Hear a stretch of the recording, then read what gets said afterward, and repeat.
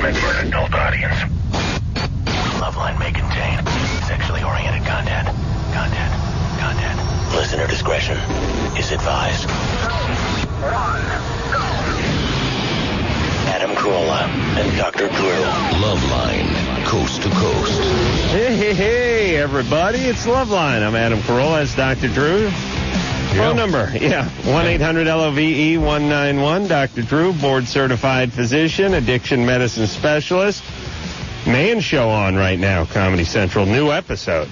Yeah, very impressive. Very strong. There's a Manual thing on there. It's one of those... Masculine? No, I don't know if Masculine's in tonight's show. When is the one airing that I was in? I was looking for that. You did Assaholics Anonymous. Right. That's coming up. Next week. I'm not sure when it's coming up. I'll get back to you on that.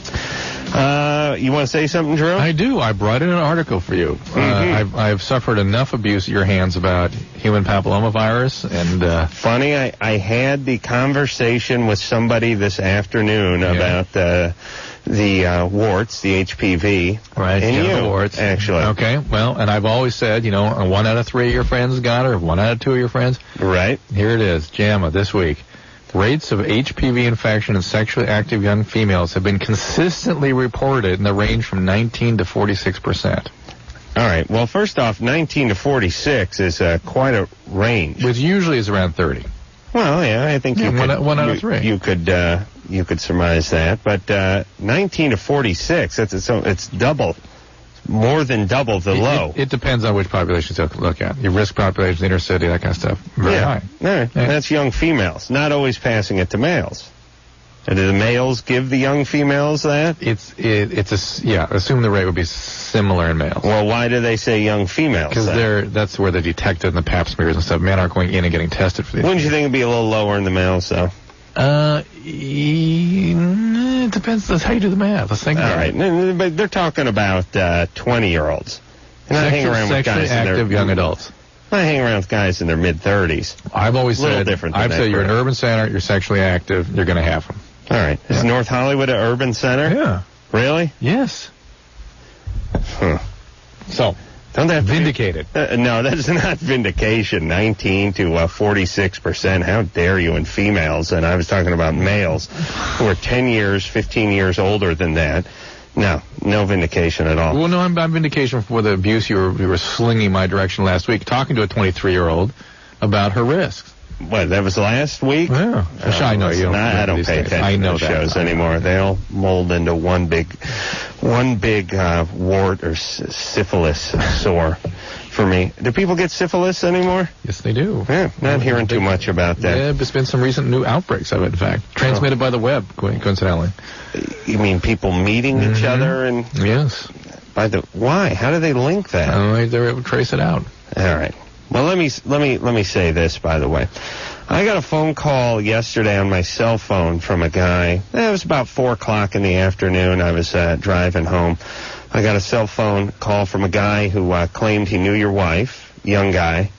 Wanted to know if I wanted to buy some knives. Oh yeah, she bought a knife from a guy. Nice kid. Yeah, nice kid. Not sure why he's calling me on my cell phone. How does she get the cell phone number? I don't have your cell phone number. All I know is I'm driving, my cell phone rings, and it's some guy. You know what's always funny, too? People you've never spoken to in your life who speak to you like they've known you for a while. Hey, Adam, it's Chad. Hi, Chad. And he starts sliding into that dad thing. What can I do for you?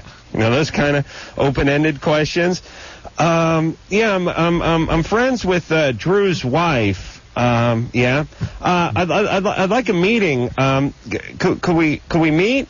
What's it regarding? Knives. Oh my God. Knives? Knives. What? I'm trying to piece the thing. You know, you figure since the guy called me on my cell, you think, okay, I must know the guy. Or you're thinking meeting, knife game show, knife. Yeah, I thought it was man show skit.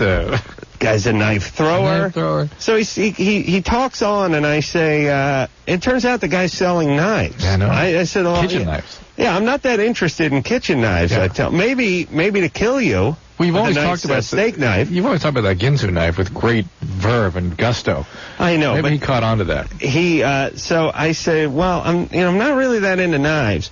He says, well, look, we have a lot of hunting knives. Well, that's different, because anyone who knows me knows I'm hunting almost every weekend. God. I say, all right, so you got hunting knives. He goes, look, you don't have to buy any knives. We just have to, we should just meet, so I get paid for the meetings. You don't have to purchase anything. And I said, where'd you get this? Drew's wife gave it to me. Okay. He says, well, how's this weekend looking? Oh. I said, it's Saturday at 4 in the afternoon. What do you, this weekend? We're halfway into this weekend. Well, what about tomorrow? He says. I say, well, I'm actually shooting something for the Man Show tomorrow. I got to work tomorrow, and then I got to do the radio at night. I said, well, I'm flexible. I meet any time. Meet you at 7:30 in the morning. Yeah, okay. I'm going to get up Sunday morning at 7 so I can meet this guy for a couple hours and talk knives before I head in to shoot something. Oh, so I yelled at the guy only once, and he still wanted, his whole thing was, look, we just get together, you don't buy anything, and I still make money. Rottweiler. So I was, my angle was, why don't you just say we got together, get your money, and well, so I said, look, I didn't, we're not getting together tomorrow morning. And by the way, look, I really don't think of myself as a big celebrity, but anyone who addresses me should. Is that possible that I can do that kind of math? I don't look at myself as that much, but those of you who don't know me should. Or just look upon you with great fear. Maybe not. You're cold calling a B/C celebrity on his cell phone as a stranger on a weekend and trying to arrange a meeting for 12 hours later in the wee hours of the morning before he has to go in and work on a Sunday. That's huevos, by the way. I didn't get mad at the guy. I said, look, I'm not quite sure what all this is about. I can tell you for sure we ain't meeting tomorrow morning. And call Drew's wife back, and I'll just come into the radio station. I'll talk to you for 5 minutes before the show, because I just funnel everyone over to the radio station, show up 2 minutes early, if that. And by the way, anyone who wants to do anything with us, we are available 5 minutes before the show. For any kind of meeting, for any purpose. 3 to 5 minutes before the show. All right, so do me a favor. Just kick that wife of yours right in the groin next time you see her. How dare she, the temerity, giving this total stranger, who's wielding knives, by the way, my cell phone number? He's a kid who went to that school you love so much that I graduated from. Just trying to help him out. What the hell is he doing? He's going to Georgetown now. It's a summer job. When's he leaving? Can't he just leave? Can't he just go to Georgia? What about summer school? Why? Where does how does Susan even know my cell phone number? I have no idea. And why is she giving anybody? I'm hoping. Oh, I don't even care. Jesus Christ. Wanted to meet this weekend. He calls me late Saturday afternoon. Wanted to get together. I get angry with that stuff. When people have no willingness to accept your situation, no acknowledgement of what your feelings are, what your circumstances are, just no. Yeah. Just let's meet. Yeah. I get angry at that stuff. Yeah, I do too, yeah. Well, listen, you get angry because you go along with it. Yeah, I feel... You don't get angry when you just abuse back at them. Right, I feel invaded by it. Right. You feel like intruded. Like, Yeah. All right. You won't feel raped at all if you just don't go along with anything. But they don't give you the satisfaction. Even when you abuse back, it's like, So tomorrow morning? It's like, you get the satisfaction of upsetting them. The guy literally said 7:30 tomorrow morning. Sunday morning, 7:30. Anyone who knows me knows I'm doing my calisthenics at 7:30 Sunday morning. Is he high? To sell knives, to talk about selling knives, for Christ's sake. I'll go to the goddamn IKEA when I feel like it and get some knives. Jeff? Hey, Drew, Adam, how you guys doing? Good. Adam, I wanted to say that you are the epitome of a philosopher warrior. Well, thank you. We haven't heard that term in about 4 years. That's right, long-time listener. My question is, actually, I just wanted to say I did sell those knives a couple years ago, so it's kind of ironic that you bring that up. Oh, how weird is that? Now, did you get paid just for meeting somebody? Yeah, what they do is you schedule appointments, and each appointment, they paid us, I think, $12. So if you sell or don't sell, you get the money. And why doesn't he just say he had an appointment with Adam? Adam's willing to stand behind him on that one. I would have given the guy $50 to hang up the phone just right then. Yeah, right this second. Just hang up. I'll give you $50. Well, you could do that, but if you do that on a consistent basis, the manager will be like, hey, you're not selling more than 25% or 30% ratio, so they're going to be like, pull you aside. And so, what kind of knives is it? All different brands or a certain kind? Well, it's a certain company, and actually, I mean, I'm not going to plug the company, but they are good knives. I mean, you'll be surprised. I mean, when you get a good knife in your hand, I mean, it just cuts clean and... he's selling. All right. No. Well, I'm sold. Sign me up. Jeff, he wants a meeting. You out in Los Angeles soon? Next time you're out in L.A., let's arrange a meeting. My brother lives in L.A. All right, well, I can meet with him. Okay, cool. All right, Jeff, what's up? My question is actually I called once before when Jerry Springer was on a little bit over a year ago. And Whatever. Wow. And I have a problem with, I guess, sex addiction. I go to massage parlors, and I waste a lot of money that, I really can't afford to. And how often are you going?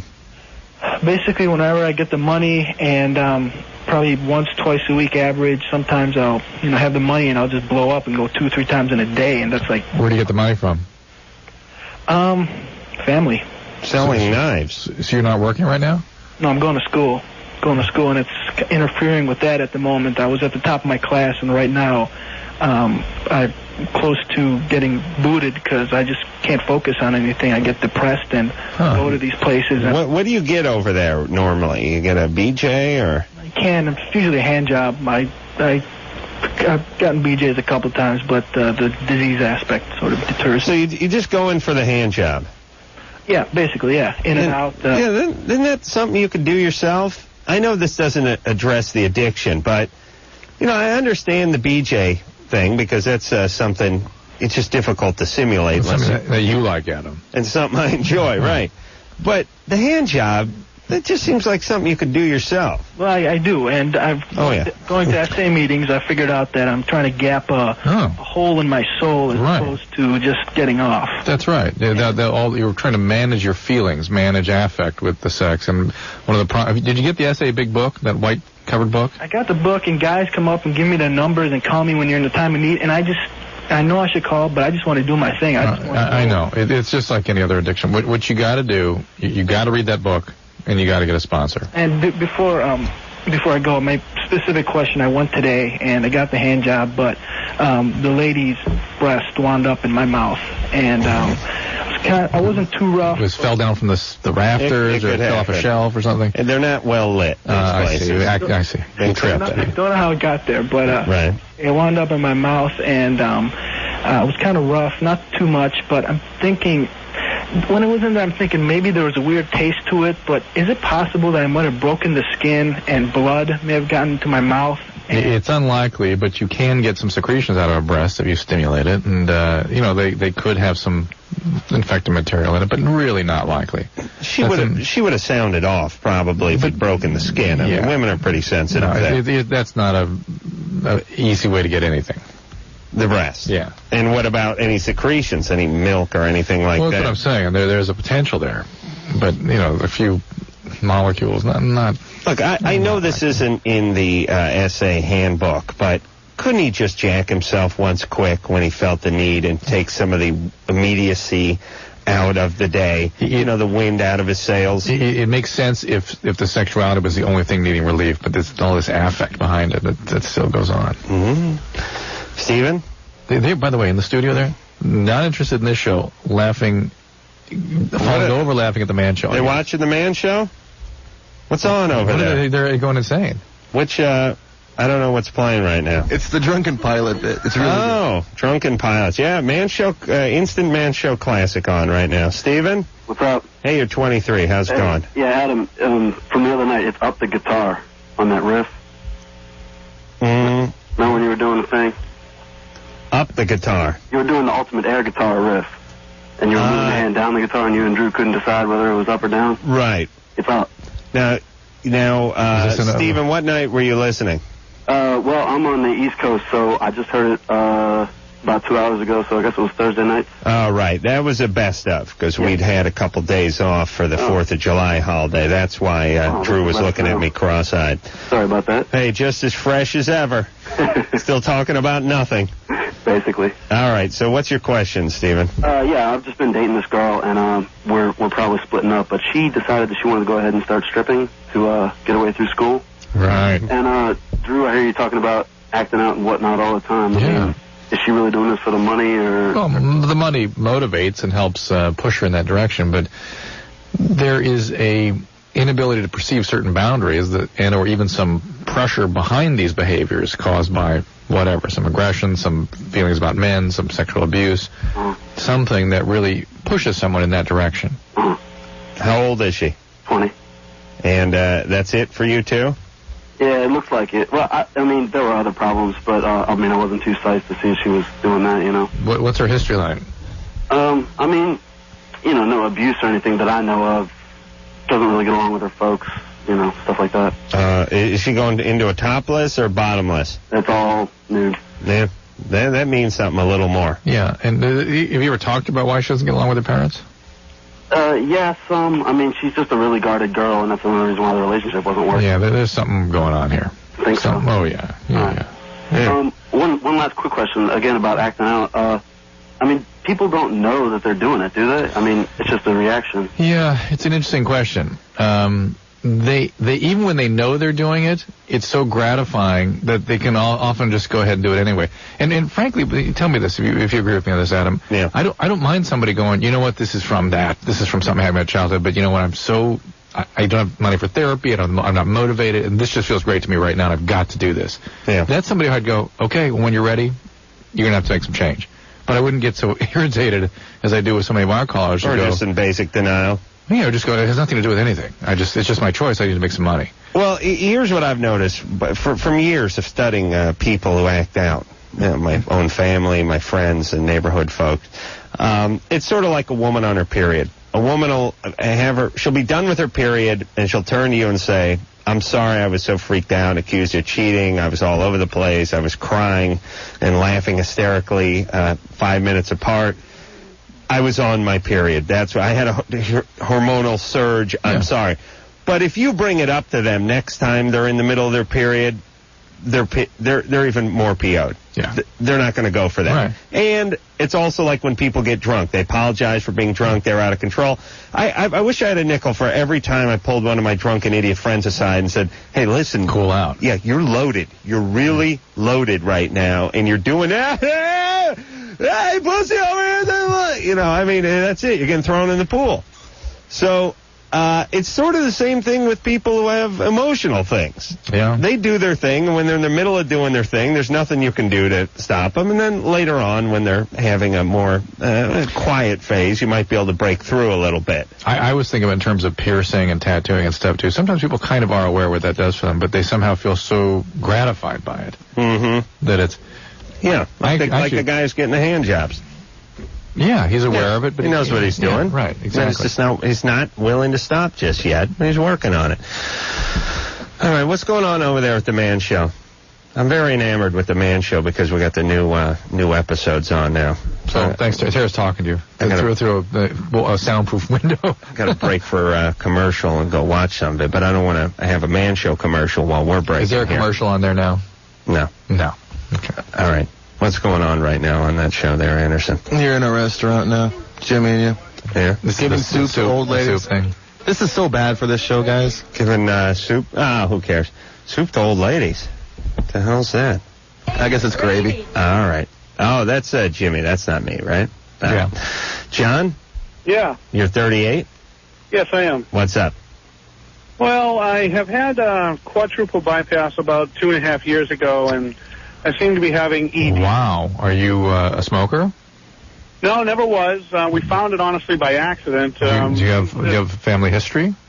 It did run in my family. Yeah, you mean for the heart problems? Yeah, I mean, 36 have had, multi-vessel heart disease means hypercholesterolemia or some sort of genetic issue, or smoking. Or... Well, my dad had 4 heart attacks before he was 39, so it is kind of a generic thing.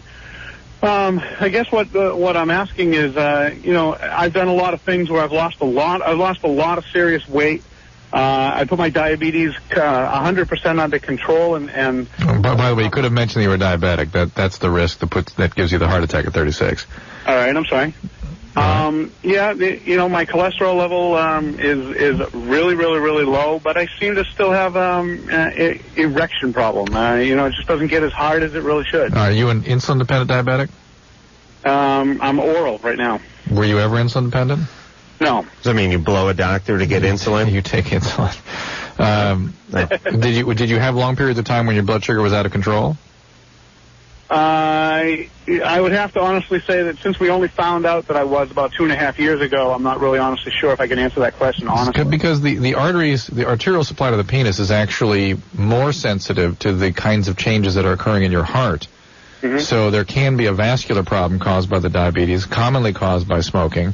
Well, this just recently came about I understand, less than a year ago. All right, but now also the cardiac medications, well, this is one of the more common side effects. Are you on a atenolol? Yes. Okay, well, atenolol typically will cause that kind of problem. Any other cardiac meds you're taking? No, that's it. All right, well, you talked to your doctor about the atenolol. Are you on any No, go ahead. Are you on any nitrates? Nitroglycerin? You want any nitrates, Nitrodur, nitroglycerin patches, anything like that? No, I'm not on. Okay, so you'd be exactly for whom Viagra was created. Is someone who's got a young person, should have normal erectile function, on meds that he needs for his cardiac disease, and the side effect of the medicines is erectile dysfunction. The Viagra will take care of that. What's that nitroglycerin do for you? I thought you were only supposed to take it when you were having a heart attack or feeling one come on. No, it does two things. It dilates the arteries feeding the heart muscle, and it changes the pressures loading the left side of the heart. The blood on the right loading into the heart. That comes in through the left side? I'll give you a lecture during the commercial break. The nitroglycerin, the same stuff used to, blow up the side of a mountain? I don't know. Well, it seems like it would be, right? I think so, yeah. Same name. Spelling, same name. Be dangerous otherwise, right? Yeah. Yeah, I mean, there's not a medicine called arsenic. That's TNT. Right. All right. Let's take ourselves a little break, though. I want to say hi to Monica before we go to break. Monica? Yeah? You're 37? Yep, 37 and still a virgin. Still a virgin? Yeah. The story, no, I'm not fat, because you always ask that question. Nice, Adam, nice. I'm pleased with that reputation that you have. It's nice. Yeah. But, well, now you've just moved over a column from fat into crazy. Well, no, you have a religious column in between those two, don't you? Right. Here are the choices I'm going to give you. Yeah. Grotesquely overweight. No. Insane. Yes. Oh, okay. I was just... See, again, I'm delighted by her. Yeah. How nuts can you be when you admit that freely that you're insane? So funny. Well, insight is the requisite for my self-satisfaction. So how do you know you're insane, Monica? I was just diagnosed a few years back with bipolar. Okay. And been, in and out of the hospital. So, and that's just recently. When I was in college. But what she's telling you is that she's been under control recently. She should have been hospitalized. Right. I had been. In the past. Oh, yeah. I should have been back in the early 90s. See what I'm saying? Right. Okay. Hang on there, Monica. Yeah. Because now that you're stabilized, you'd like to lose your virginity, right? Well, I'd like, it's not just that. It would be a relationship with a guy. And the problem is, seems like, all my dates are through the personals, which I've done. Including online. And you meet the people and they're nice, but there's no chemistry or whatever. Or B, I have met someone that there's a little chemistry and they're more interested than I am. And I, shut down, if you could imagine, armor coming on. Yeah. And get really anxious. I can imagine. Hold on a second. 37, a virgin. You don't argue with that kind of track record. We should try to gamble on her. We try to predict what created this. See, not our usual. Okay. Yeah. I got an idea too. I got an idea too. Yeah. All right, we're going to come back. We're going to gamble on Monica and get to the bottom of her 37-year-old virgin vagina after this.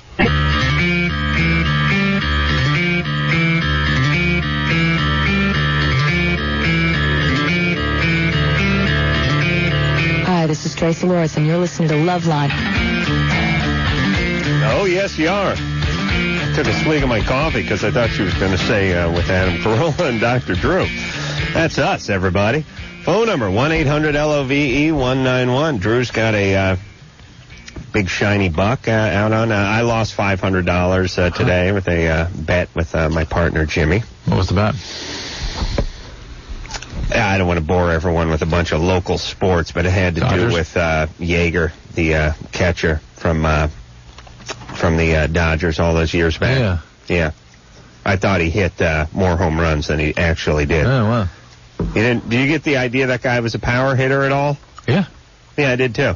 But he must have had good average or something. No, here's the thing. Steve Yeager, ex-Dodger catcher, co-World Series MVP, by the way, with a couple of home runs in the series. Jimmy said never hit more than 20 home runs in one season. I said, 20? Most of the guys in the league are over 20. A lot of guys are over the league over 20 now at the All-Star break. Yeah. This is for a season. I said, you're on $500. It also seems like people are hitting more home. Oh, they're hitting a ton more. Yeah. All right, here's the deal. Stinking Steve Yeager, 16. Most homers the guy ever hit in his 11 years with the Dodgers. That's amazing. Hey, you thought the guy had some pop, right? Yeah. 16, best year. The hell is that? Steve, if you're listening, buddy, I think you owe me $250. $500. Jesus Christ. Painful. All right, Drew, I don't got $1. All right. I got $5 I'll put up here. Let's watch it. All right, Monica is 37. Monica is a virgin at 37. She's bipolar, recently diagnosed, under control now, but is out of control her whole life. Says she's crazy. Says she's crazy. That's the reason for her virginity. Right. But she's looking for a real relationship. Right. But then said... something about college. Hooks up with a guy, meets a guy she likes, or the guy likes her, and she doesn't like him. She shuts down. Suit of armor. Super shut down, yeah. Yeah, so I'm going to gamble. Well, you want to say hi to her? Monica? Yes. Does that about sum it up? Yeah, pretty good, pretty good. All right, so we're going to do a little gambling on your past, you're all right? You're going to win, so... Well, just quiet down. No, because you're not presenting... I think she's not presenting the usual constellation of her history. Suit of armor means sexual abuse. Yeah, that's what I got too. And yet, virgin. Well, Drew, and this is one of the crueler things you do. When some poor chick calls herself a virgin because the only penis that was in her was her drunken 44-year-old's uncle on her 5th birthday. And Drew goes, sorry, not a virgin. Not in the eyes of God. I'll see you in hell. Yeah. I think most women consider themselves virgins until they give up their virginity. When it's taken from them, they're upset about it, but I think they still count themselves as a virgin. Yeah, I'll give her that. But I think there's one of two possibilities with her. One is that. Mm-hmm. The other is alcoholic dad who was abusive physically or something and left. All right, those are the two. You want to go... So I'll go with the alcoholic abusive dad. I'll go... You go with the sexual abuse. I'll go sexual abuse. You go physical abuse. Now I'm also going to say that I sense that she was some kind of an addict, like during college, and yet you'd expect an addict to act out sexually, right? Yeah. This is the piece that I got a feeling from that I think is so very different. Huh? Yeah, I didn't get the addict part. I just got the crazy part. Well, I have a feeling the bipolar may come from a stimulant history. That's my sense. All right, I'm not going with that. All right. All right, let's, Monica? By stimulant, I mean cocaine or speed. Yeah. Everybody's kind of right. My older brother, he didn't penetrate, but he kind of messed around with me and my older sister, and a few years back had phoned me drunk to apologize, and also when I was a kid, we used to kind of sneak around and look through his stuff, and he had written things about, like a love story, like dirty novels would have about having sex with my stepmom and my older sister. This is my older brother, so he's perverted. So that's where that probably comes from. How many encounters did you have with your older brother? I don't. It doesn't. I would say like when I was 5 and 6, something like that. And then my parents had divorced, and then I moved in with my dad and stepmom. And that's when he didn't have control. And then my mom was the alcoholic, and my mom had bipolar. My stepmonster was the one who beat us, and my dad's the one who kind of just kind of let it happen. So your stepmom beat you? Yeah, my stepmonster. Yeah. Yeah, I see. She got and Dad knew about it. He would take us to emergency room, and he's a doctor, and he would, and his friends would, Well, Adam, your stepmom did a form of abuse and put you out there with the popcorn can toilet in the garage. And I can identify with that. Listen, I would have welcomed the nice physical beating instead of the slow, painful death that took place in the Carolla house at the hands of my stepmother growing up. I don't know. No, I do. As a guy, I would have liked it, and not as a woman. Yeah. Okay, so what else was on our parade? Pardon? Do you ever abuse any drugs?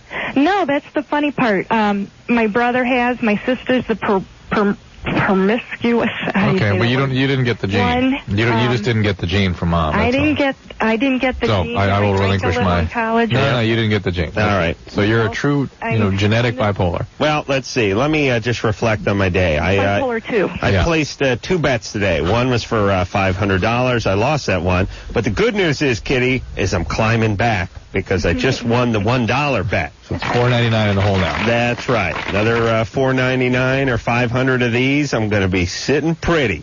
Let's keep the gambling going tonight, Drew. I got to make up for my losses. All right, so never did any drugs, still a virgin. You meet a guy. Yeah. Have you had some therapy recently? Well, actually, I am doing that. I had I moved recently back home and just found a great psychiatrist. Because it sounds like you're getting connected with somebody therapeutically, and that's what's allowing you to look for a real relationship for the first time. Well, I'm sorry. That is like I think that the fact that you're getting treatment is allowing you to be open to a real relationship finally, and it'll happen. It'll happen. Look, just don't shut down on the guys that are interested in you. You just got to figure out a way to take a deep breath and walk on in. And let me say this: don't look at yourself as a virgin. Look at yourself as a 37-year-old woman. Yeah. You don't have to freak out and live and die with every date and wonder what every guy wants and everything. You're a 37-year-old single woman. Try to pull the virginity part out of this and just date like an adult woman would date.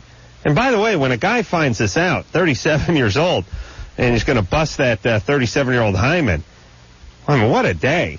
That's a cause for celebration. You got to be excited. You know what I'm saying? He wants some sort of memento to wear around his neck. This is like discovering a car in the garage with no mileage on it. Brand new. From the 60s. All right. Earlier in the evening, I was talking about a young fella who called me on my cell phone yesterday asking if he could sell me some knives and wanted to get together on the following day and give me a pitch about knives. And I was yelling at Drew because it was his wife who gave this young fella my phone number. And now we have someone who claims to be him on the phone. And I can't remember the name he gave me yesterday. What was the name you gave me yesterday? Pan. Pan. That's what you said to me? Yeah. You heard Chad, though. I don't know what I heard. I tuned out. Repeat it most of the time. Oh, well, maybe it was a cell phone breaking up. But I spoke to you yesterday about knives? I guess so, yeah. I think it was maybe 2 days ago. Maybe it was yesterday. It was kind of a blur because I was kind of excited. Well, what time would it have been yesterday? It was in the afternoon. I think it was like 2:30 because I had an appointment at 3:30. This is a little. Yeah, I'll go with this guy. That's right. And you did a little test here. You worked with Drew's daughter in a certain sport. Volleyball, yeah. There you go. All right. Well, that's this is our man. And by the way, Pan, what kind of, wasn't that the name of one of the pandas in the Brady Bunch cartoon? They have those magical pandas in that cartoon. No. Pan? No, I have no idea. Pan, where do you get the huevos to call me on my cell phone and want to sell me knives on a weekend? Kind of like the coworkers are trying to egging me on, like, you have Adam Carolla's number, you should call him up. Right. And so I was just like, oh, yeah, why not? Give it a shot. Right. And did you or did you not suggest that we get together at 7:30 a.m.? I was suggesting that only just to show that I was enthusiastic. Yeah, accommodating. Yeah. By the way, enthusiasm does not score points with me. I don't like that. As you know, I'm a champion of the napper. Yeah. All right, but I did tell you could come over here. Yes, you did. And make your knife pitch. Yeah, and I asked if you wanted me to come early, and you said no, 2 or 3 minutes. Right. Yeah, well, right. Well, can you come early? He won't be here. I don't want anyone thinking that this is just a show, that I show up for this show 2 or 3 minutes before the show. 2-3 minutes. Look, a good salesman... You'll get a commercial break, too, out of it, I'm sure. That's right. A good salesman can make his pitch in minute 30 seconds. All right, well, if you want to bring one of your knives, that would make it a lot easier. You're going to compare it to one of the knives I have. Ooh. That's what I normally do, but that's good. So you come into the person's house. Yeah. I got some decent knives, but I also have some crappy knives too. I got the... You get stuff off the television. You get those... No, I don't buy those. Although I do like those late night commercials where those fat guys with beards go, 99 knives, $99. Hunting knives, Bowie knives, fishing knives. This knife's got a compass and piano wire in the handle. Take out a guard with this thing. Yeah, those Rambo knives. Oh, you unscrew the handle to choke someone. Like snake bite kit in there. Yeah, guys love that as drunken farmers watching that. The hillbillies watching late at night. But I'll tell you one thing that does piss me off, Pan. Yeah. When I go to a restaurant, a lot of restaurants will pull this on you, or someone's house, sit down and have a steak, and they give you essentially a butter knife. Like I like a nice steak knife.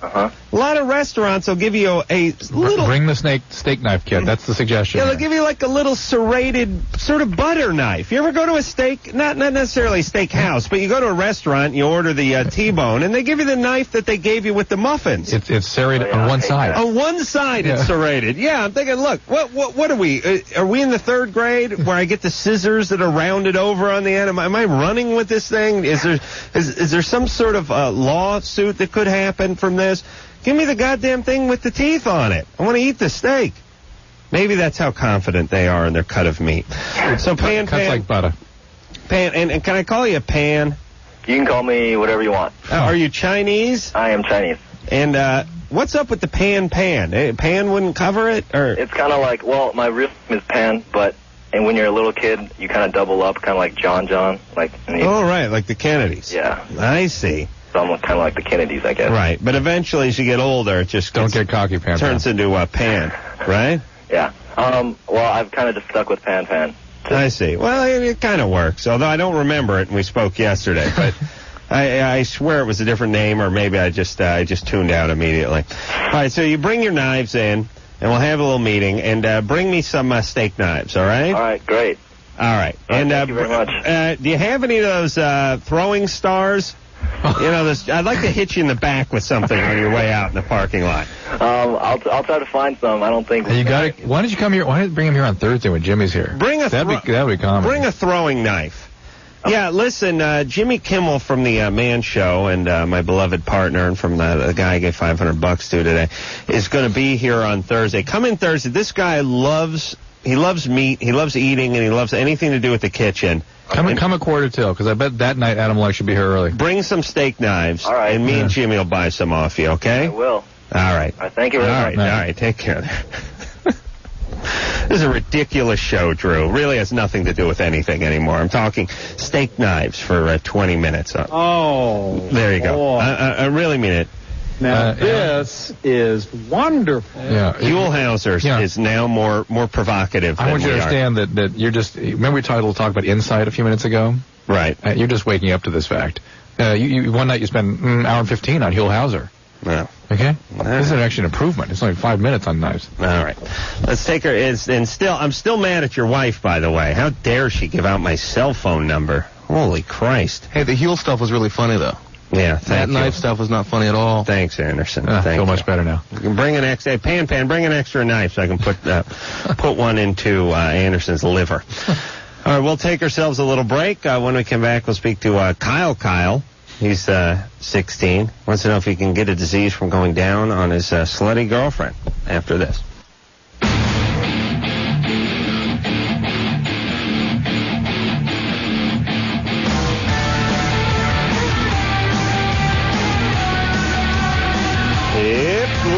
Loveline, everybody. There's that Colt. Love that guitar.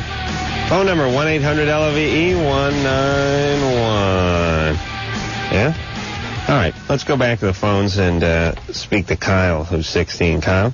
Yeah, what's up? What's up? Well, nothing much. Just I've been going out with this girl for about, I think about 5 days now. Mm-hmm. And then the other night, it was Friday night, I was we were chilling at my house, and then we had some drinks. And we're just sitting there drinking, and one thing led to another, and then I was sitting there, and she was wearing these hecka short shorts, because she always dresses This is your girlfriend? Yeah, she always dresses 16-year-olds just normally hang out and drink, have a couple of cocktails. Summertime, they don't have to be anywhere the next day. Yeah, we just And by is hecka, that's polite for hella? Yeah, I guess. Am I allowed to say hella on the air? Yeah, you can say hella. Yeah, so she was wearing these hella, short shorts, and then hella short shorts, right? Yeah, and so we're sitting on the couch, and then she stands up and puts her vagina right in my face. She stands up and then she grabs my head and just puts it on there, and then I was just and I kind of just laid her down, and I was just nah, that's okay. And yeah. Because I heard she's did it with hella other guys, and I kind of don't want. Hella other guys, All right, he's cool. Hella prude. So. How gay are you? All right, so what's the question? Hella gay. Do you think I could get a disease or something? Because I know she's Just from contacting her short shorts? No, hella short shorts. So hella short shorts? If I get in contact with the hole, can. If you actually proceed with what she was suggesting. If I took off her little panties. Yeah, you can get diseases from mucosal surface contact. Any of the sexually transmitted diseases are transmissible that way. I don't know what it is about me, but I can't stand any guy who does the hella. Or the hecka. All right, keep going. We have a couple minutes here. I want to take this one. All right. Vincent? You might go off on knives again. Vincent, you're 25. Yeah. What's up? Hey, what's up, guys? First of all, Adam, you're a god, man. Oh, thank you. And, basically, I got a question for Dr. Drew. Yeah. My girlfriend, she's been diagnosed with ovarian cancer. Wow. How old is she? She's 22. Oh. Is that bad? Yeah. And now she's pregnant with our baby, about a month and a half. I was wondering, what are the precautions? Oh, my God. Because she had a kid before. Yeah. And actually, the kid just died about 2 weeks ago. Died? Yeah.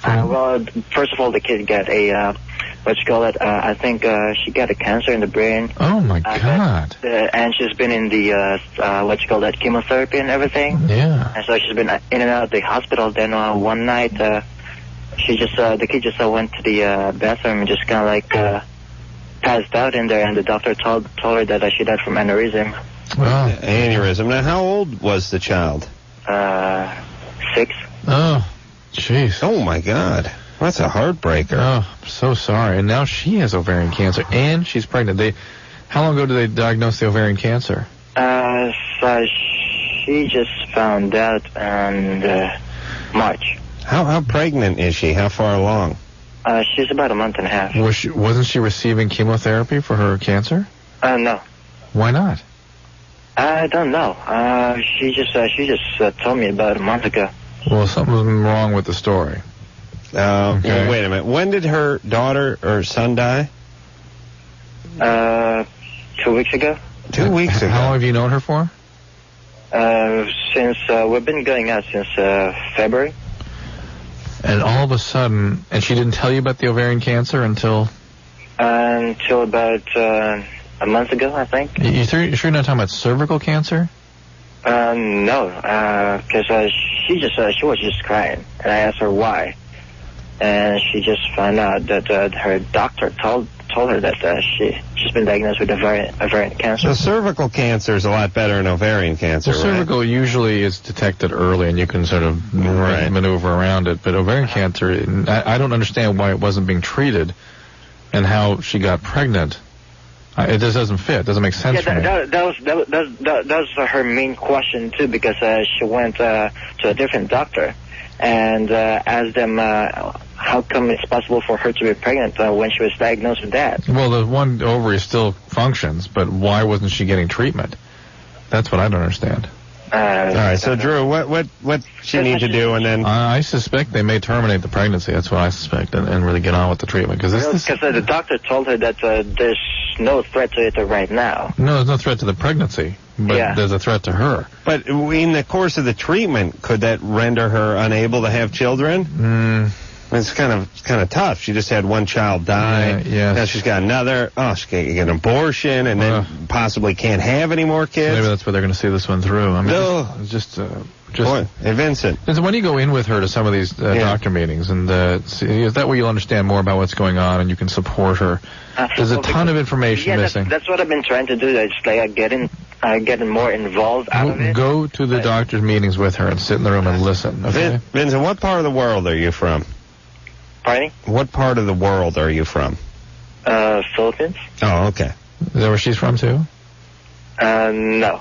Okay. Yeah, go in and find out more information and call us back. I thought he was going to try to sell me some knives for me with that accent. Can you get his number and call him back like in a week or so? Vincent, line 2. Your 6-year-old dies, and now they're in their 20s. You're pregnant, and you're like what? An abortion? 3 weeks after your only child dies? You know what I'm talking about? Yeah. All right. Okay. Okay, Drew. I'm going to show you my car. Oh, good. We'll take a break. We'll be back.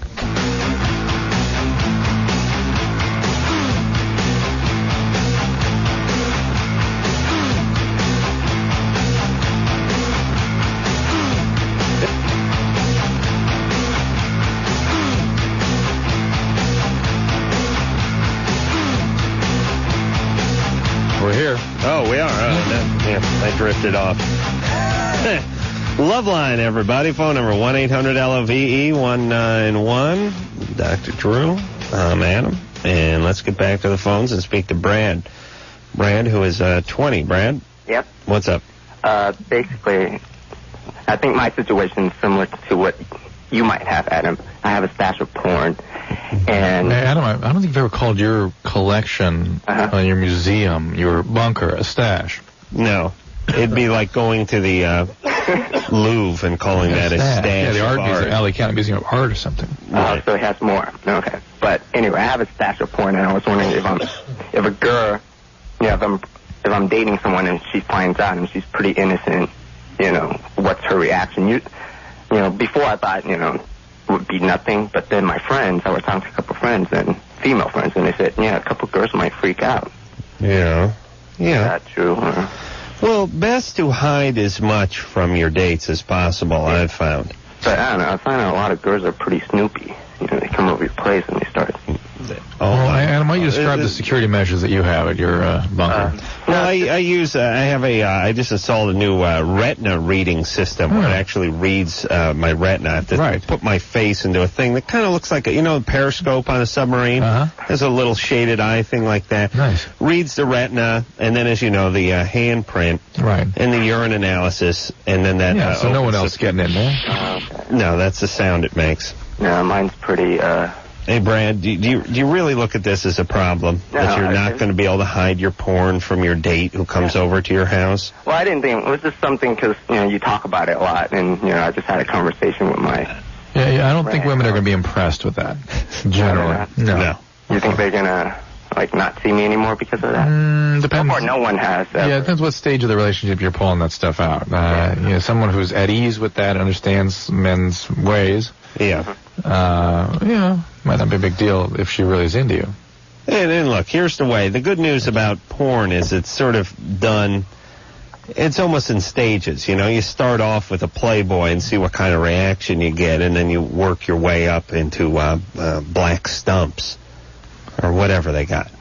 You know what I mean? Whatever's it had. Strange stuff from Europe. You work your way into it.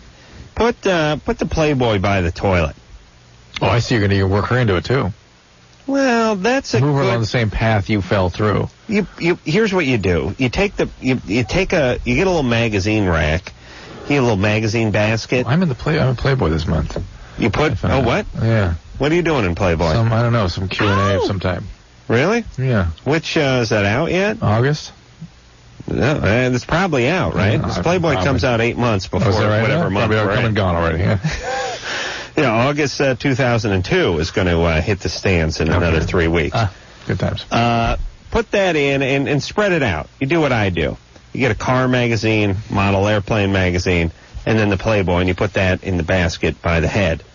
And that can kind of shows you're well-rounded and initiates them into some mild porn. If they don't, that doesn't... What an antique... Antique what? Book of Antiques or Architectural Digest. You could throw in like an IKEA catalog or something.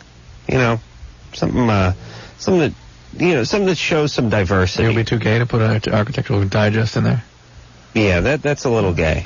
Yeah. Sam? Yes. You're 40? Yes. What are you doing? What am I doing? Yeah. As for my life, or what? No, what's making all that racket? Right now. Well, I was actually putting my kids to bed and stuff. And all right. Trying to call you. And okay. It sounded like she was operating like one of those Jetsons, Oh, I know. I heard that, too.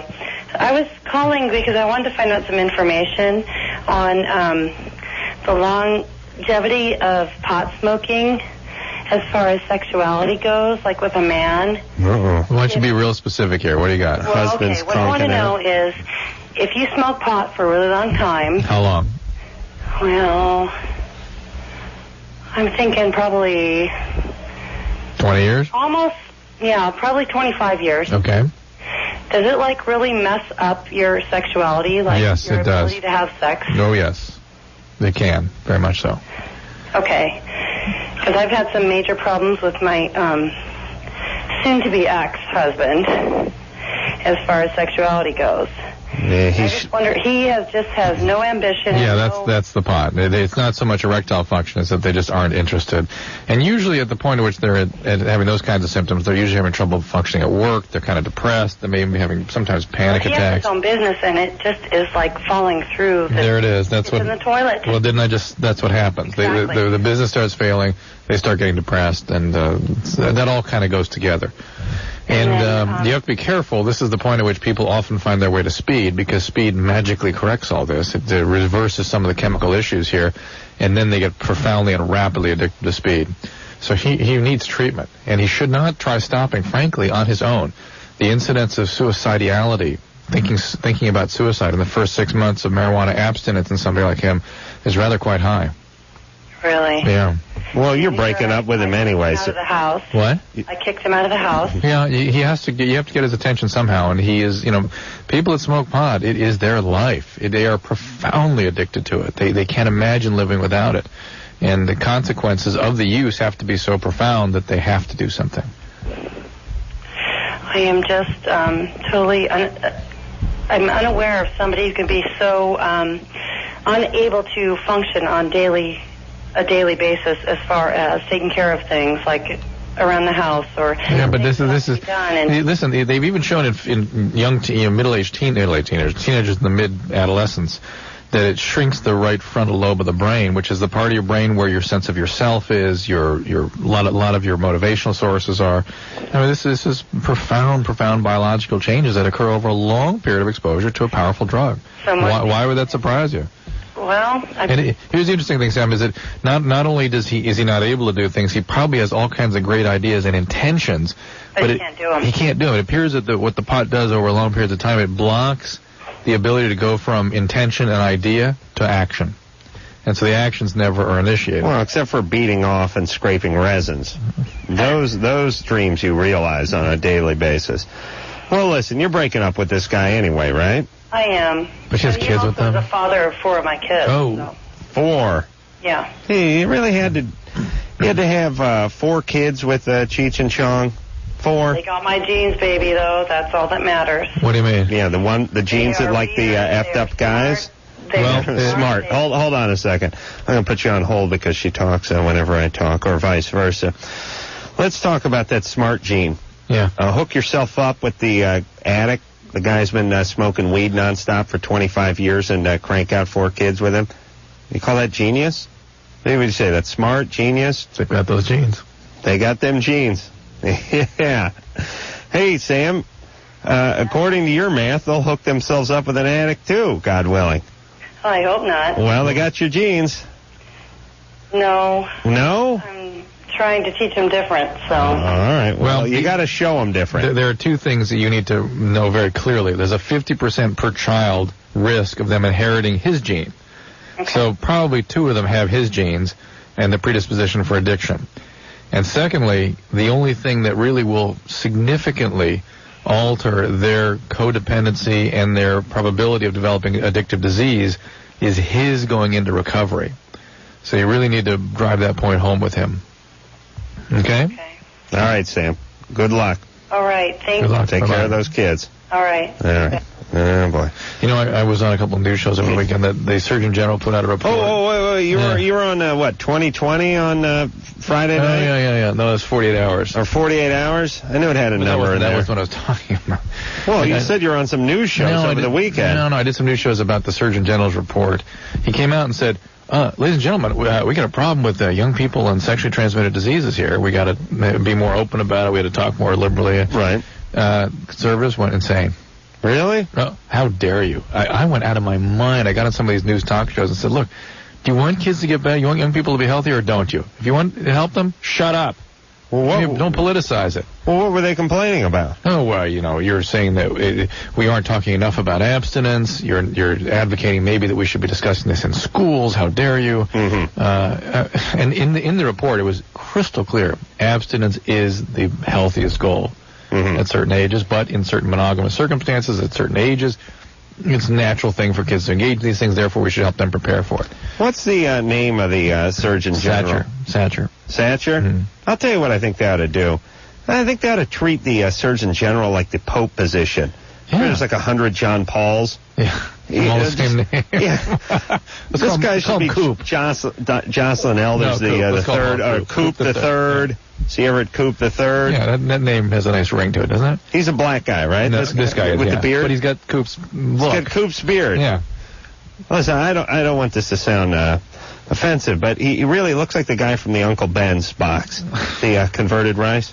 Gee, I don't understand why anyone would consider that offensive. He just looks like the guy. Have you seen this guy? He's a distinguished-looking black man in his 60s. He looks like the Uncle Ben's guy. He's, by the way, my hero. I mean, I really commend him for stepping up and just saying what we've known for 20 years. Yeah. He's not worried about getting S-can like Jocelyn Elders for talking about masturbation. No, he's not. He's really assembled a very scientifically sound group and just stood up and said, hey, we've known this for a long time.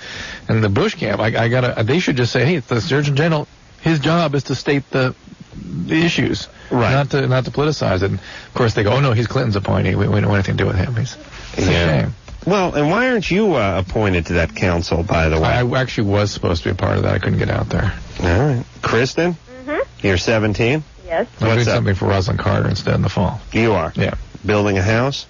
No, more about mental health. All right.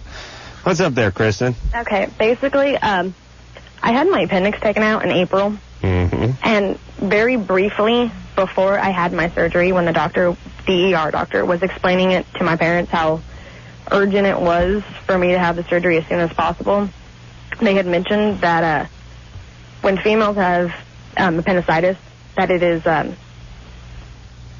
somewhat possible for us to become infertile. And nobody ever explained it to me, like, beyond anything. And they had... Now, wait a minute. I can only imagine that as if it becomes so infected that they have to go in and surgically clean things out. Okay. But that's the only way I can imagine that happening. Yeah, because they didn't think it was as bad as it was to begin with. And then when they took it out, they were completely shocked. Yeah, but you didn't have abscess formation. You didn't need months of IV antibiotics or anything like that. No, so that's the only way. You haven't had adhesion formation. They haven't had to go back in. No. No, relax. All right, okay? Thank you. All right. Where's that appendix? Is that inside the body inside, or outside the body, as you like to say? No, it's... Oh, whoa. That's interesting. Drew will explain what is inside the body and what is outside the body. The lumen of the appendix is outside the body, but the appendix has parts of it that are inside the body. Well, I've always said that. Here to me, anything that's inside your underpants and T-shirt is inside the body. That's the way I look at it. So your penis is inside the body? Inside the body. Well, yours goes in some of the time. When it's cold. When it's cold, or when I get scared, when someone raises their voice or honks the horn. Or I hear a dog barking. But Drew, your stomach is inside or outside the body? There's a tube going from your mouth to your anus. That path is outside the body. Outside the body. But the organs Once right. The part that runs straight through your body is outside the body. Exactly. The part that connects to the outside world is outside the body. And just to try to clarify things, when you're driving through the Holland Tunnel, you're inside the tunnel or outside the tunnel? You're not in the water. You're in the air. You're connected with the outside world. See? You can use that. Then use that. That's very good. Thank you for offering that to me. Right, so the Holland Tunnel goes under what? The Hudson River? What's it go under? Goes under a river? Yeah. Right. Holland River? No. That was Mr. Holland, I think. All right. So you go in the tunnel. You're in the air. You're in the air, open space. So you're connected to the outside world. Use that. Okay. Use that. You're not in the river. Right. Which would be inside the body. Inside the body. Nick? Yeah. You're 20? Yeah, I am. What's up? Well, I was diagnosed with mild depression about a year ago because I couldn't sleep. And I still can't. There's a history of alcoholism in my family. I feel that I am becoming more and more of an alcoholic and possibly more and more depressed. My symptoms, I guess, are... well, where are you going with this? You want to ask where to go next? Or yeah, pretty much. Have you started antidepressant medicine? Well, they gave me trazodone to help me sleep. You're taking it? I was. Did it work? It didn't. Okay, then you should go back. I have noticed, now this is sort of my opinion, okay, that for alcoholics, for people with that genetic makeup, which you pretty clearly have, Serotonin, which is what's called a 5-HT3 agonist, that it's a particular stimulation of the serotonin system. I've seen remarkable success with that drug. So I would ask you, and it's good for sleep too. So I would ask you about Serotonin. I would ask about that one. There's a growing body of evidence that particular receptor may be important for alcoholics for various reasons. And then don't expect your depression really to get better until you deal with your alcoholism. Okay, and I mean, the sleep thing is a big deal. Then get it properly treated. Don't just, like if you were a diabetic and they handed you insulin, would you walk away and not go back? No, you keep going back and make sure it's adjusted properly, make sure your symptoms were well controlled, make sure side effects weren't unpleasant or uncomfortable. Get properly treated. All right. Maybe go to a sleep center? No. Stay with them. They're pretty clear that it's depression at this point. It sounds like it's depression, and he's an alcoholic. Is that Serotonin? Is that an antidepressant or a sleep aid? Or it's an antidepressant, but it has powerful sleep properties. But it seems to work especially. It's remarkably effective for the alcoholics I treat. All right. Matt? Hi. Hey. You're 14. What's up there, Squirrely? Yeah, when I masturbate, like cum comes out, usually it's clear. Nice. I'm wondering, am I, sterile or something? What's going on there? No, you're just clear. You be masturbating a lot? Well, not really. I mean, yeah, I don't know. Usually, every day, but sometimes I'll go for a while without doing it. Is it less clear when you wait a while? Not usually. All right, that's you. Maybe. This happened to me sometimes, and I realized I wasn't shaking my balls up before I masturbated. Sometimes the colored stuff settles at the bottom. It's like using a whipped cream or spray paint can. You shake it around until you hear that tick, tick, tick, tick, tick, the ball bouncing around in there. Yeah. Then it comes out. It's very frothy and white at that point. There you go. So shake the balls. All right. And sometimes turning it upside down. Hey, I want to know... Yeah, clear the nozzle. Yeah, I masturbate upside down. So I don't get my urethra clogged. Dude, you beat off? Mm-hmm. What's that? I want to know, Adam has the, he knows if you're a virgin by hearing your voice. Yeah. Yeah, you're a virgin, man. No, I don't know. No, you don't know? Well, here's the thing. He's 14. He sounded like one at the beginning, but now I've heard him for a little while. I'm going with no virgin. Yeah. Yeah, you're right. He's proud. Yeah, of course. And why would he ask the question if he was a virgin? Right. You see that, man? I'm smarter than all of you. All right. Yeah. Whatever. Except for I said smaller. All right. You ready to keep rolling here, Drew? Sure am. You can't articulate yourself any better than that. Why do I get the feeling Anderson puts that on a loop, goes home, smokes weed, laughs maniacally, throws darts at a picture of me, and just hears that in a never-ending loop until he passes out in his one bedroom. He alternates back and forth. On the futon he grew up on. Between that one and the world is your oyster. This one. I mean, because that's all the world is. Sarah? Sarah. That'd be me. Yeah, you're 26. What's up? I'm 26, and there's a guy who's 43. He works in the same field that I do, which is engineering and kind of technical stuff that not a lot of people can talk about. And I met him at this conference, and actually met him a couple times prior to that, and I'd been interested in him. Mm-hmm. And then You're 26, right? I'm 26, and he's 43, and he's got an 8-year-old daughter. Is he married? He is not married. The relationship, he had a 4-year marriage, ended 6 years ago. All right, well, game on. Game on. Yeah, good Cool. times. That's yeah, right. I mean, be careful. He's in a sort of different stage of his life. And He was talking about buying a Corvette. Is that like, am I going to be the midlife crisis relationship? yeah, that's kind of a little squirrely at 43. I cannot imagine driving a Corvette now. Why? The new Vets are pretty nice. They're nice, but I couldn't imagine driving it. He's talking about one of the new Vets, or maybe waiting on getting one of the 2003 Mustangs when they come out because they're going to be newer, better, different. Yeah. Why? The Mustang better than the Vet? Not better than the Vet, cheaper than the Vet, but but the sports car and the 26-year-old, and he's okay. Yeah. He's enjoying himself. Okay. Yeah, that's fine. Radio. All right. Yeah, good times. Take care. Bye bye. Bye bye. All right. She's eager to get with the guy. Listen, I was thinking about this while I was driving my nice car today, and I was thinking, as a guy, and here's what a lot of guys do, and I'm not saying that this guy did this, but guys, and ladies, I know you get upset that these guys get into their late 30s or their early 40s or even 50s and want to have a good time, want to date the hot chicks, want to drive the nice cars, but you know what you girls are doing at 19? Dating those guys. Dating those guys. And not the guys in their 50s, but as a guy, so the guy works 24/7 for 20 years trying to become that guy. Yeah, as a guy, you are in bad shape as a young man. Especially if you don't come from anything and life's not treating you too good. You're driving a crappy car, you got a crappy job, you're not pulling a lot of tail, you got a bunch of roommates and stuff. You're no catch. And life for most guys, 0 to 30, is not that great sometimes. And then what happens to a lot of guys is they start getting it on track. They end up getting married at 28, right when things are starting to shape up, the income, the sports cars, the house, and all that kind of stuff. Then they've been married for 10 years, and they get divorced, and all of a sudden they're 42, and they don't feel like they've ever went out and sowed their oats or used that sports car to draw a little tail, and they want to kick up their heels and bang a 26-year-old. Come here and give me a hug. I say more power to him. Drew doesn't trust it. Right. Yeah, if you don't trust, again, this is the insight issue again. If we just accept it's not to be trusted, all right. What do you mean? That it's not the most altruistic way to approach relationships. They don't really care about the other person. All right. Yeah. I'm just, I was just being cathartic, really. I'm 37 now, and I'm trying to have a good time. I see. Play a bunch of basketball and drive sports cars all day. Right. You know what I'm saying? Yeah.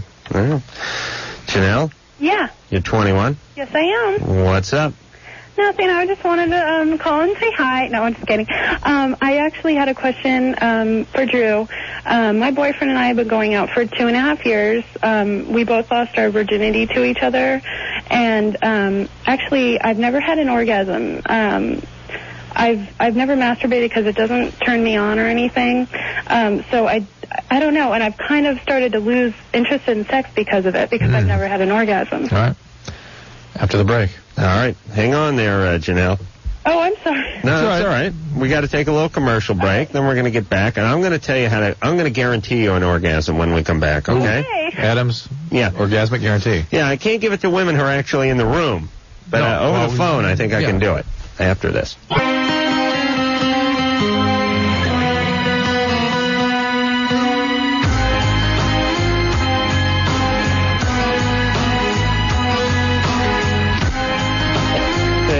Everybody, Loveline. I'm Adam. That's Dr. Drew over there. Let's get back to the phones and finish up with Janelle. Oh, right. I promised her an orgasm. Right. You guaranteed it. Oh, really? Yeah. Yeah, you did. Uh-huh. Well, Janelle, are you on any medication? Well, I'm on birth control. What are you taking? Cycling. Orthotropic. And you had any problems with your libido with that medication? Well, I've been taking it since we've been going out, but the first month when we first started going out, we were having sex and I didn't have it either. I don't know, No, I understand you're not having orgasm, but did you have any drop in your libido or sexual desire or anything like that? Well, I don't know when it started. Okay. You know, exactly. Okay. Never had an orgasm in your life. No. And do not masturbate. No. And you've only been with one man. Yes. But do you think he's a satisfactory lover? Yes. You do? Yes. And does he go down on you? Yes, he does. For what period of time? Not for, forever or anything. Oh, A long enough period of time. Okay. Would you like a little more, maybe? No. No. Usually when he's, I'm usually, done. You know what I mean? I'm kind of just like, okay, that's enough. I don't know. It's not like the greatest thing. Mm-hmm. How about the duration of intercourse? Is that okay? No. That needs to be longer? Yeah. Oh, well, that might be the whole thing right there. Yeah. Well, the thing is, he comes really fast, and then he can't do it afterwards. Like he says, it tickles. Mm-hmm. So. But he's a good lover. I'm sorry? But he's good, other than the coming too fast. Excellent. Yeah. It's just that it happens he comes really fast. Well, maybe he's not satisfying you. I mean, that could be part of it. Okay. So how does he? Well, he needs to work on his technique a little bit. And you need to let it be known what it is you need. Or at least what you'd like. Or what you think might work for you. Yeah. I'm sure he'd be delighted to try to oblige. Well, what about masturbation? What's so wrong with that? I don't know. It just doesn't turn me on. See, a lot of women talk about that. Just like doesn't make sense to them. It doesn't work. I don't know. I don't know if the way I was raised. I was raised Mormon, and like, yeah. Yeah. And then, it worked. Now I'm just like anti-Mormon and everything, but. Yeah, but meanwhile, you can't have any orgasms. Tell your dad mission accomplished next time you see him. Yeah, the problem with those no orgasm is they keep trying to up the ante. Yeah, well, not her. She's been with one guy, and this guy's not doing too well. Yeah, but it's what about some sort of device, some sort of assistive device? My friends suggested that. I've never thought about doing it really because I don't know if it would turn me on really. Okay, well here's the deal, Janelle. Mm-hmm. You can't. And I know it's different for women than it is for men. Yeah. And you're 21, you're young, you still have time, and a lot of women don't start coming into their own, pardon the pun, until later on in life. But you can't really sit around and complain about not having an orgasm and not be open to trying some new things, giving some input to your lover, masturbation, right? Devices, even things like that. Right. I mean, it's got to be kind of one or the other. Mm-hmm. It's if you don't like the way things are now, then just like any other facet of life, you have to sort of put your time in. Okay. Or maybe it's not your thing, and you're just not that interested in it, and who cares? Right. I don't know which one it is for you. No, she seems interested. But I think this guy's he's no Sting. He's not banging the bejesus out of you for 9 hours, like Sting claims to do. So you may have to sort of discover what you like on your own and then guide him toward what you like, and that may be something for you to discover on your own time. What, by like masturbating? Yeah, I think that's the key. Okay. I think you have to sort of figure yourself out a little bit. Okay. I'm not sure that she's going to be able to do that. She's not going to do that. But is it to the point where you actually feel sort of dirty when you're on your own? Yeah. I mean, what about when you go number 2? Does that bother you? No. You wipe your ass, you take a look at the mess you made out of the toilet, no problem? I don't look at it, no. Oh, you don't? No. You're really missing out on one of life's simplest pleasures. That's a male thing. There's a man show bit in there. I read the lumps on my BM. Nice. Like many people could read skulls around the turn of the century. Reading pigeon entrails and things. Yeah, nice. That's right. Okay. That's right. So you don't turn around and look before you flush, huh? No. Really?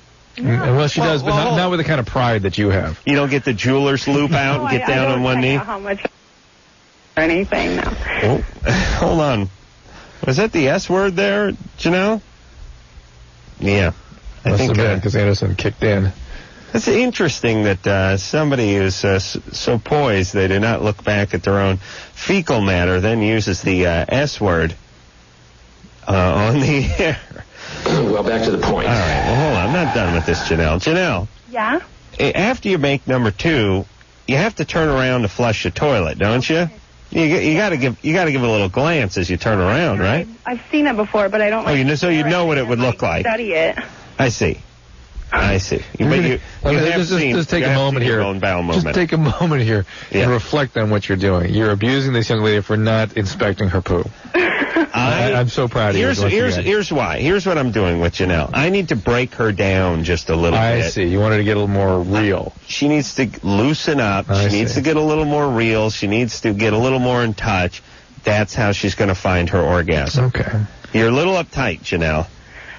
How so? Because I don't look at my crap? That's just part of it. But do you now you don't smoke any weed or drink, do you? I drink. Oh, do you? Yes. I'm actually I drink way too much. Oh, really? I don't smoke now. Way too much? Like, what is that, a wine cooler a month? Not like I'm an alcoholic or anything, but when I drink, I can't control it, really. Well, that would just... Interesting. Ethnic Mormons have a real high biological burden for this stuff. That's actually, I've heard that Mormons, when they stop, they stop going to church, they're worse. I really don't believe it's a rebound against the church. I believe it's just part of the biology, because it's sort of it's a small community. Right. All right, Janelle, before you go to bed tonight, I would like you to touch yourself just a little bit. Think of me if you must, or a bowel movement. Think of Drew, and see if you can't start finding yourself a little bit. Yeah, the whole masturbation thing for women, men cannot instruct a woman how to do that. No. Impossible. No, I can point her toward the tub and tell her she might have some success there. Women need to discuss that amongst themselves. You know what I mean? There's a language they need to... It's not about what a man does. It's a totally different experience for them. And they need to develop a language or something that helps one another along with that. Because men talking about it does not help them. It makes them feel inadequate. I can just, though, see Janelle lying there sort of staring at the ceiling, counting by the Mississippis as her boyfriend goes down on her. Yeah. And not really getting into it. I think she's one of those not into the going down stuff so much. Okay, here's the thing. As a guy, we don't have to be into it. It's a mechanical thing. We barely have to have a pulse. That's right. That's the point. As a girl, we certainly don't need a functioning nervous system. As a woman, to have that orgasm, you've got to get to that place. Yeah. And Janelle, other women need to tell her what that is. All right. Well, think about her friends, though. Shannon? Yeah. You're 23? Yes, I am. What's up? Well, I just recently moved to a little small town, and when I moved away, I had a friend who had come pretty close, and now I've got the hots for her, and I don't think she knows about it. Are you gay? Pretty much, yeah. You're sort of bi? Yeah. And is the friend? She's bi also, yeah. Bi. And you moved far away from her? About 3,000 miles. How smart would that be to try to get involved with somebody from 3,000 miles away? Well, I go back every probably 2 months, and I stay at her place, so... Ooh. Yeah. How long do you stay there for? Well, right before I moved, I stayed there about 2 months, and... That's when you developed the hots? Kind of before, but... No, but I'm trying to figure out when you go back, how long you stay there for. Oh, about 2 weeks. 2 weeks? Roughly, yeah. All right. And you're living where now? In southeast Nebraska. Oh, it's God's country out there. Something like that, yeah. And where do you hail from? Where's she from? She's in Seattle? Yeah. Jesus Christ, is that 3,000 miles? No. No, it's not that far. About 2, right? Okay, I guess so. All right. About 30-hour drive, so I guess. Oh, well, when you're translating into yeah, that's bad. Well, that's white trash when you convert everything into driving. Like, where are you going on vacation? I'm going to France. How long does it take you to get there? 370 hours by well, that's we take the Chevette. We take the Monte Carlo, I think we're about 325, 330. But Drew, do you remember those days when everything get converted? Here's the whole thing about the car, the converting into car. Once you get further than, let's say, 350, 400 miles, you have to convert into plane time. Yes. You can't just keep going with car. Isn't there a rule? I'd like to now make the rule that if it's further than San Francisco from Los Angeles, from, say, L.A. to Frisco, that's it. Maybe in parts of Utah or something that. No. Vegas, maybe? Yeah, and I'll tell you when you've really hit the white trash, when you start converting into bus. Well, that's a 1,400-hour bus ride. taking a bus to Fiji. Yeah, that's bad. All right, so we gotta talk to this Shannon over here. Shannon? Yeah. What do you do now when you head back into Seattle? Pretty much just... No, are you going for business? No, I just hang out, just slack. And then for 2 weeks. Yeah. I find that bizarre. Yeah, how do you support yourself? I work at a facility for the mentally retarded. I see. And they give you 2 weeks off every 2 months? Pretty much. And that's your vacation time spent in Seattle? Yeah. 2 weeks? Do you work part-time? No, I work full-time. You got a full-time gig, and they give you 2 weeks off every few months? Pretty much, yeah. Wow. You don't get paid for those 2 weeks? No. Is it designed that way so you don't burn out? Pretty much, yeah. Why did you leave? I find those vague ansers very unsatisfactory. Yeah, pretty much is really upsetting us. Pretty much. Why did you leave Seattle? I lost my job, and... What was your job there? I was a nanny. Okay. And then I got in a fight with my roommates, and so I was basically couch surfing for 2 months. What was the fight about? Well... She was saying pretty much too much, and they really had it out one day. All right, smarty pants. No, actually, I didn't come home all that often, and they found it mildly offensive that I was never home. Mm-hmm. Wow, Adam, how would you feel when some of your roommates never showed up? Good riddance. Riddance. You celebrate. Flea bags. Yeah, well, I couldn't have been happier when my roommates weren't around. Really? Yeah. Mildly offensive because you're out doing drugs or turning tricks? No, I was a good person. Oh, you mean you'd be out? You'd be out for a week and they couldn't handle that? Yeah, pretty much. I would be gone overnight, a couple days, or, whatever, and... hold on, I got to talk to Drew about you. Okay, let me make a couple observations on this, Shannon. You stop me if you disagree with any of this stuff. She's 23, but she sounds like she's been a waitress at a bus stop for like 40 years, a truck stop, I should say. Yep, pretty much. Pretty much. I mean, she's a 23-year-old woman who seems... I don't want to call it angry, but she's seen a lot. Life's not been good. She's been out on her own. She's 23. Basically, sounds like she's been out on her own for 20 years. Living on the streets at times, couch surfing, she calls it. What does she choose for career? But incredibly codependent nanny, and then working for the mentally retarded. Shannon? Yeah. Your dad an alcoholic?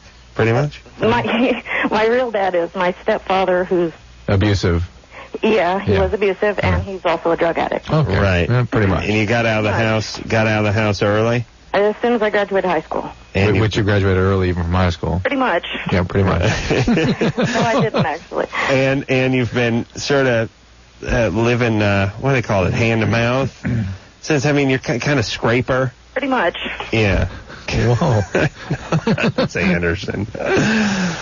Were you ever into anything? Addicted to anything? Well, weed. Mm-hmm. That's about it. No. All right. It seems like you've had a tough life. Pretty much, yeah. Pretty much? All right. All right. And were you ever molested? Yes, I was. So the sexuality's spinning around a little bit? Yeah. Much. Yeah. Not quite sure if you're going to land on heads or tails sexually? I in general got a bad feeling about this. It sounds so transient for you to try to attach yourself to somebody 2,000 miles away. It's more of that. It's more couch surfing. It's more of that life by behind the wheel, kind of driving 30 hours to be with a girlfriend that you're not even sure if she's into you. Northern Nebraska has a pretty hot lesbian community over there, right? Yeah, but she's not even gay. She's both. She's just whatever. She's just having trouble with relationships. All right. And why don't you establish a life for yourself in the community where you're living and see if you can't scratch out something more stable. It's particularly connections with people you want to be intimate with. Mm-hmm. It's going to be hard for her. Go to Al-Anon. Go to Al-Anon, go to Coda, go to some codependency recovery, get a sponsor, work the steps. Drive 150 hours to the Al-Anon. The nearest Al-Anon. In Maine. Yeah. Lynn? Yeah. You okay, baby? Yeah. What's up? Yeah, I'm 15, and I'm 4 months pregnant, and I'm trying to figure out different options that I could do. All right. Hold on. Finding out. All right. We got to pretty much take a break here, Lynn. Okay. right, but then we'll get back with you and get to your problems, and we'll fix you all up, okay? Okay. All right, you just sit tight. We'll be back with the 15-year-old, 4-month pregnant Lynn after this.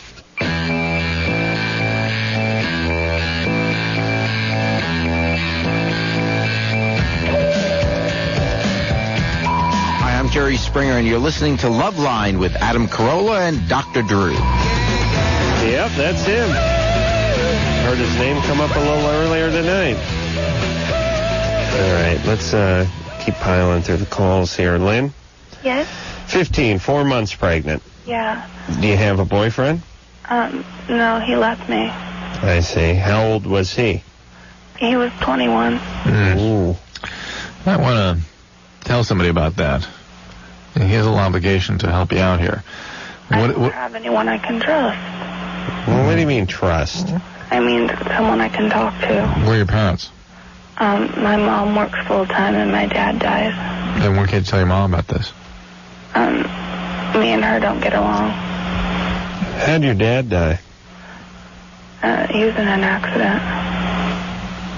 What kind of accident? Yeah. What kind of accident? Head-on collision. Ooh. Bad times. Yeah. How long ago did that happen? I was about 4.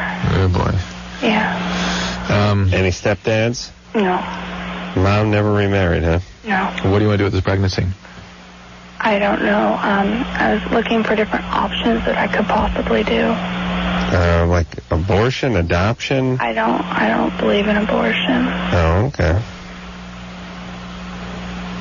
So you're gonna have you believe in adoption? Yeah. Oh, you do? That'd be Well, great. That's good.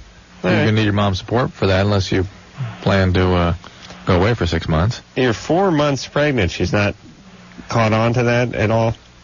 Not showing? She's not home a lot, and I'm kind of heavier set, so she doesn't notice when I gain or lose weight anyway. I see. Okay, but you're going to need her support to carry off this adoption, right? Don't you think? Yeah. Okay. All right. How about you go down to Planned Parenthood and have a little discussion with the fine folks over there? Do you have a number? Yeah, hold on. Great. You got a pen? Who's going to give her the number? Terry, you want to put this up on the blue screen here? The phone number? We're going to give it to you in a moment. Lynn? Yeah. We're going to put you on hold and give you that number, okay? All right. Well, wait a minute. Let me give you a little pep talk first. We're going to give you the local number, though, in Oregon, so go ahead. Well, why don't they can just give it to her on hold, or want to give it out over the air? Well, I'd like to give it out over the air. But okay. Yeah. Hey, Lynn? Yeah? Yeah, I'm coming with the pep talk. All right. This 21-year-old guy, he's an a-hole. Yeah, okay? pretty much. And I know your dad passed away, and I know you're going to gravitate toward older guys. There's a little bit of a daddy syndrome in there. Okay. And you're going to find more of the same with these guys. Because a guy who's in his 20s who's going to have sex with a 14, 15-year-old it's a criminal, is a very bad guy. Okay. And therefore, do the math. You don't want to be with these guys. Right. And I know your mom works too much, and it's a pain in the ass, and you feel awkward and all that kind of stuff. But, you know, and your dad passed away, but you can have a good life. You really can. Here's the phone number. You can get. Hold on, I'm not done with a goddamn pep talk here. Right. You'll get past this little episode in your life. You'll do the right thing. You give the kid up for adoption. You'll do good in school. You'll focus. You'll hang out with your friends. Stay away from the booze and the drugs. You go far away to college. You have a good life. Okay. And you stay away from these guys. They're not your daddy.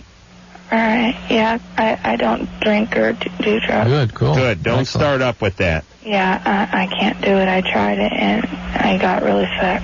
Okay, here we go. 541. Ready? 541-344-9411. See, you hear that? Yeah. Are you riding with a piece of charcoal or a piece of burnt bark? 541-344-9411. That's the local Planned Parenthood there where you are, okay? Okay. All right. All right, thank you. All right. Right. And speaking of pens, by the way, I know if you asked about this before, anyone who's involved with the pen manufacturing industry can hear me out there. The choice between fine, ultrafine, superfine, and piano wire, right. I like the medium. I don't know why that option was taken away. I like a nice fat sort of, I like to write. I like it to, I like to be legible. I don't like to just make it, scratch into the pad, and then you have to take some lead and rub it over it, and have it show up later. Yeah, brush like you're dusting for something. I like a nice, I like a meaty ballpoint. Oh, yeah. Boy. FYI, birthday's coming up in about 10 and a half months. Those who are thinking about getting me a present, a medium-sized pen. Ryan. Yeah, hi. Hey, what's up? Hey, I got a question. Tonight, I'm 19, and tonight I met some girl on the internet, and she told me she was, she offered, and I went over there, and I lost my virginity to her. Good times. Yeah, and she told me she was taking the Depo shot, and I didn't wear a condom then. But while we were doing it, you could hear like a squishy liquid, and I pulled out, and then she told me that she was on her period, and she started bleeding all over me, and it was all over me, and it was dripping everywhere. But I was wondering, should I be worried about any diseases or anything from that? You said you didn't wear a condom? No, I didn't. Well, the same as you should be worried about for having a new contact without a condom, that's all. It's actually, she is at a higher risk of ascending infections and things. And well, do what? Obviously, the blood exposure here is a little more substantial, possibly for the HIV and hepatitis C, that kind of thing. But even that, not necessarily. Well, she's probably a virgin. You met her over the internet. She had the Depo shot, and you went and nailed her that evening. Probably. I just want to say hi to Renee. Renee? Hi. You're 19. Yes. You're overweight. Yes. And you want to know if that would stop your period? What happened was I haven't had a period since February, and I recently got one. Yeah, is it real heavy now? Yes. Yeah, it can be. The adipose tissue will produce estrogen, can kind of create what are called anovulatory cycles, and so you don't cycle normally, and that happens. Listen, I'm no doctor, but here's what I think happens. You gain the weight, it goes right to your thighs, it pushes your vagina shut, it blocks up all the period that you would have had for months, and then one day the dam breaks, and that's why it comes out heavier. So it's purely a pressure phenomenon. Pressure. Actually squeeze the vagina shut. All right, Renee, good times. We'll be back. All